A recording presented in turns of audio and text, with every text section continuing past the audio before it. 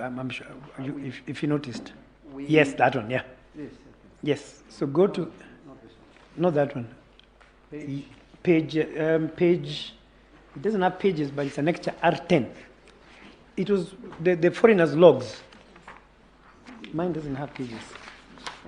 I don't have it. It just reads R10. Anyway. Yes.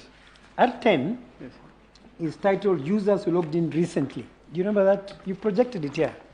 We projected it, yes. Yes, so Vito logged in on July 28th. That's my question. I want to see whether we're on the same wavelength as to the dates. Because you said they logged in during the tallying. Does someone have a copy of the report? We can share a copy. You can use this. Yeah, please share a copy. Take this. This is...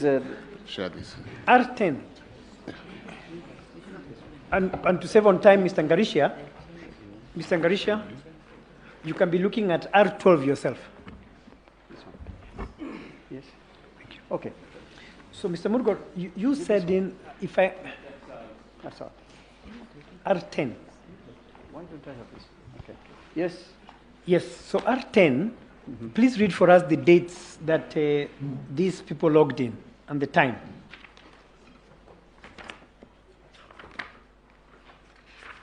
The R10, Yes. I have the logs start from July 20th to July 28th. Exactly. Yes. So did I hear you saying that they logged in during the tallying period? That's what I had in my document that I filed. We are looking at the registrar's report. So how different is your document from this one? I will check because what we have has those logs. Remember, we are working with the registrar's report, not any other document. That's why I was getting confused. This is probably the reason why we filed our own document, because you have extracted, or the registrar has extracted this part, we have extracted the entire. So we could look at what we have, Yes. and I will speak to the IT people and clarify that. But because our logs start from July But to for the registrar's August. report, it's July 20th to July 28th. Yes, Okay, so I just want to clarify that. That was before the election, therefore. that was before the election. Thank you. That's all I wanted from you. Mr. Ngarisha, let's go to R12.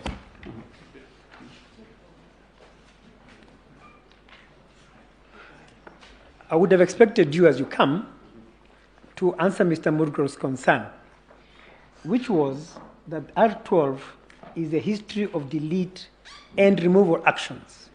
Mr. Murgor's concern was activity, and you look at the dates, it is 6th of August at the bottom, and then a lot of activity happened on the 31st of August.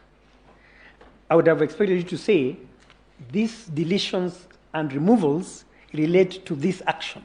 Mr. Murgor is saying, following the, and now I think we can disconnect R10 from R12, but I'm concerned about R12. What activities were these? What was being deleted? What was being removed? So that you can get Mr. Murgor's point, which is quite of interest to me. I thank you. My Lord, far be it from me to correct the court. R12 is a series of command that was firstly executed by the IEBC database manager. I refrain from mentioning her name. She has her own security concerns, but her name appears on the record. Then, that is, I would say, if you look at the page, from 58 to 72 on your left, that is the command running. If you look at R12 on your left, my Lord, there is 58, 59 running. That's the command running, showing there was no deletion. If it was put on the screen in color, you will see what then we did once we realized there was no deletion. Mr. George had a specific command, which he said you can delete or remove from a server. Like in other, press the delete key, or you can press shift delete. So you can either delete or remove permanently from the server. That command was executed. And my Lord, be it far from me to comment on this. The registrar at page 21, James, Khalifa agent wanted to know if a root user has deleted or removed any file from the server. No records of file deletion or removals were discovered. I could interpret the code where you have